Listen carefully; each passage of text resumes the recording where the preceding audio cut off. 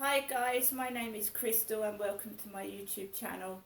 It's Friday, welcome to the start of a weekend. I hope everyone has a better weekend than I do.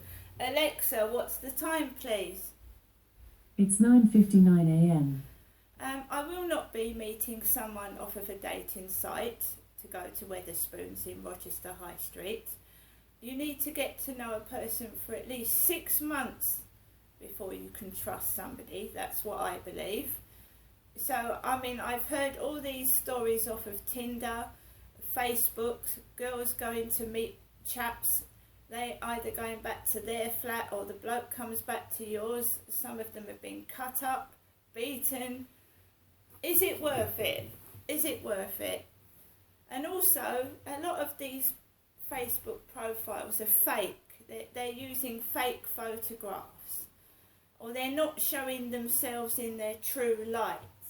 I met a guy called Craig, and he met me in Wickes car park. Wickes car park in Chatham. He had a silver car and he called himself Craig. He had a South African accent, and he took me for a hot chocolate and a breakfast in a breakfast cafe. I think it was down Bachelor Street in Chatham. He parked his car up Slickett's Hill in Queen Street car park. Queen Street. A queen can be the Queen of England. A queen is part of a gay couple. So you've got the queen. In a gay couple, you've got the man, and you've got the female.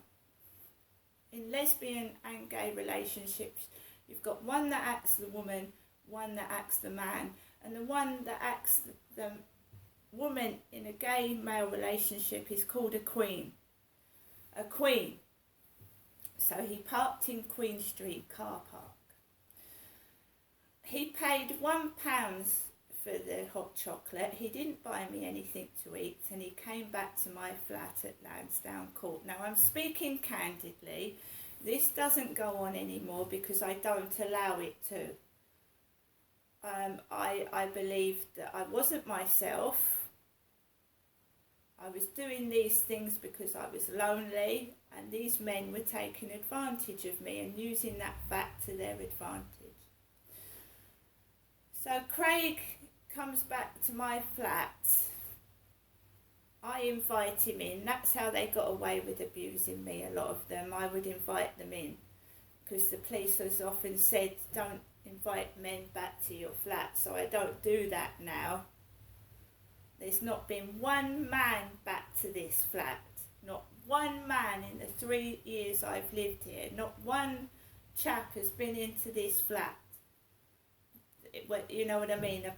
From a dating site. Not one. I've been 6 years free of what was going on to me.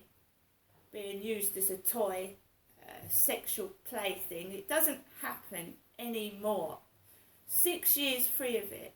You know, Russell Brand goes on about being addicted to drugs, being addicted to drink. You can be addicted to sex. You can be addicted to shopping. You can be addicted to bloody food.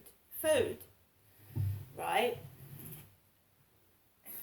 So I've got an addictive personality. But I don't take drugs and I don't drink. Yes, I was addicted to shopping at one time. And when I'm depressed, I go to the fridge. But at least I'm not being abused by men now. It's stopped. So he comes back to my flat. He sits in the flat. Now, at Lansdowne Court, I was being abused. My flat was a mess. And these men had come back, see what I was living like, and just continue the sexual element in my flat, knowing that I was a poor woman suffering, and not one of them would help. So Craig came into the flat, sat down. He had a grey hooded coat on and maroon boxer shorts, and he had a South African accent. And he just wanted sex like the rest of them. And I'm a big lady. I'm big. I'm not a stick thin bikini model. I'm a big woman. My father was a big man. He was 6'2" and he was wide. I take after my dad. There's no way I'm ever going to be a bikini model. Put it that way. I'm never going to be Twiggy. Whatever you do, I'm never going to be Twiggy. Never. So of course he had his way. He had sex. Left me with a used condom. He said, you can put that in the bin. I don't know where the bin is. And he buggered off. And before that, I said to Craig, Craig, tell me if you want to see me again or not, and then I can get on with my day.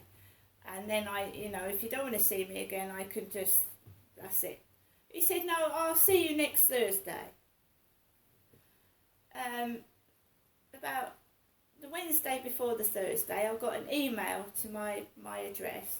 And he went, I'm sorry, Crystal, I don't want to see you again.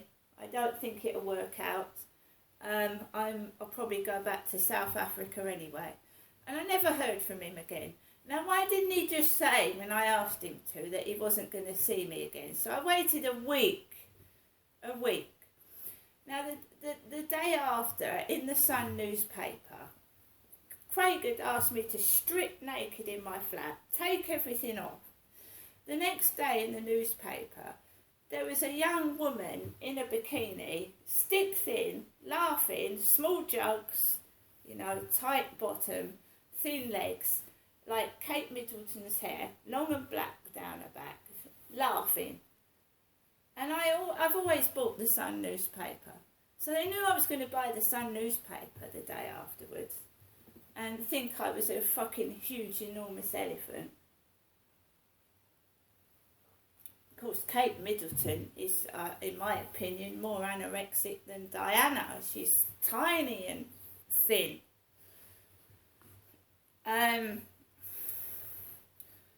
So, going on to the next thing, just checking my camera's working because it cut out before. It is. We're going on to the state of the country. And Rishi Sunak, now in charge of being Prime Minister, and what is he doing? What is he doing with this country? The prices of food are still skyrocketing. The heating's still, extortionate price.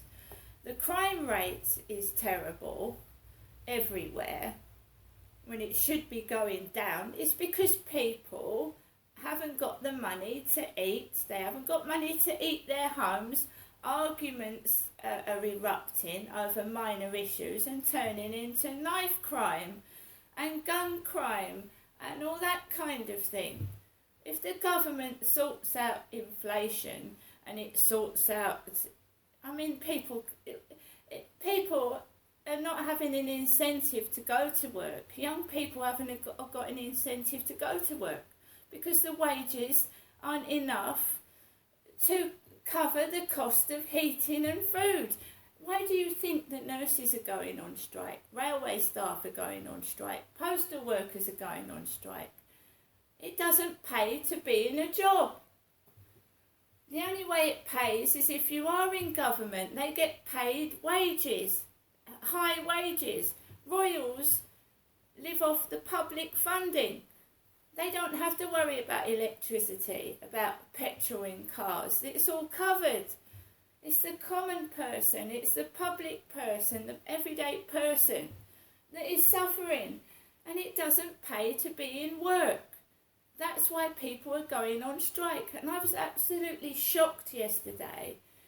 In Ireland, people are dying in hospitals or dying before they even get to hospital because they can't get an ambulance. Or they're waiting. One person was waiting 11 years. That's what it said last night. Waiting 11 years on a waiting list to get seen. 11 years.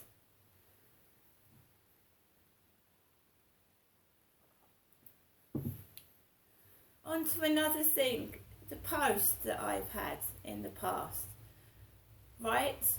And gun crime and weapons. How are weapons getting into Great Britain? They're being smuggled in the post. So someone in America will post a parcel with a taser gun in it, saying that it's casino chips. It comes into Great Britain and then some person has got hold of a taser gun. Because nobody at either end checks the actual parcel inside. They go on the trust of the sender saying what it is. So if a sender says the parcel, there's casino chips in it, but in fact there is a taser gun, and the post office staff at either end are not checking inside that parcel. So you're getting drugs, guns, taser guns, and weapons smuggled into the United Kingdom because post office staff at either end are not checking what's inside a parcel.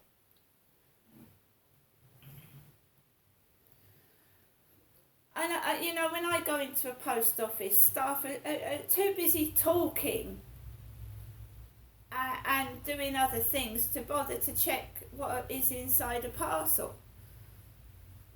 And that can cost somebody their life if it's a gun, a taser gun, bullets, whatever it is. I mean, it's ridiculous. The postal system, the judicial system in this country, the United Kingdom, is ancient. They need to review the judicial system. I mean, I myself can't be bothered with the police. The police have done nothing for me. In all that I've known the police since I've been a child, a teenager, a young mum, and what a middle-aged I am now, have been no use to me at all. The only use to call the police is to distract someone away from you. I have called the police. I've ended up being in a cell myself when I've called the police. I even had to have a solicitor out to a cell. You get put in a cell overnight. I've been put in a cell overnight for 18 hours for a crime I didn't commit.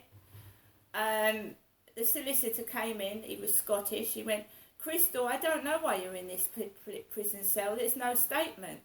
I said, "I know." He said, "You shouldn't even be in here." He said, "But you better you're going to have to keep quiet, because if you say anything, they'll have reason to keep you in for longer." But I said, well, that don't make sense. I shouldn't be here anyway. There's no statement. How can they've got the right to keep me in here? All the times that I have been put in a prison cell, guys, they've had no evidence. I've never been in prison. Never in my life been in prison. I've been put in cells after I've phoned the police reporting somebody else. And they've had no evidence because I haven't done anything wrong. And I haven't. And I swear on the Holy Bible that I've never ever done a crime that's been worthy of being put in prison. Never.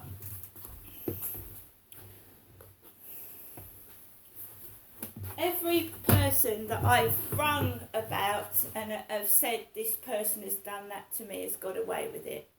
And every time I've called the police, either the perpetrators managed to persuade the police that it's my fault, or the police have put me in a cell anyway, but they haven't had the power to put me into prison or keep me longer than 18 hours because I was completely innocent, and they knew that.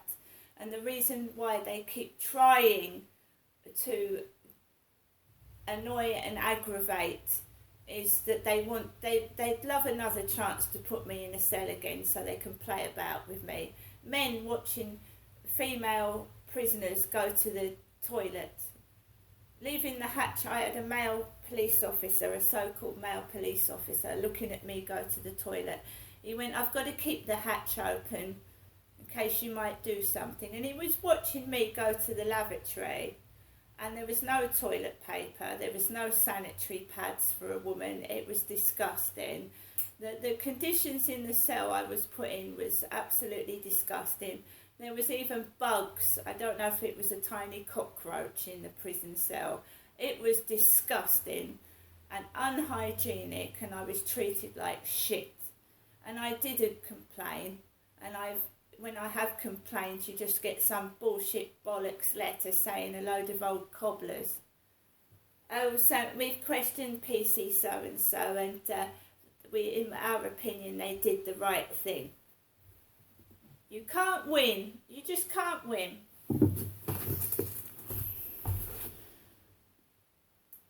You can't win.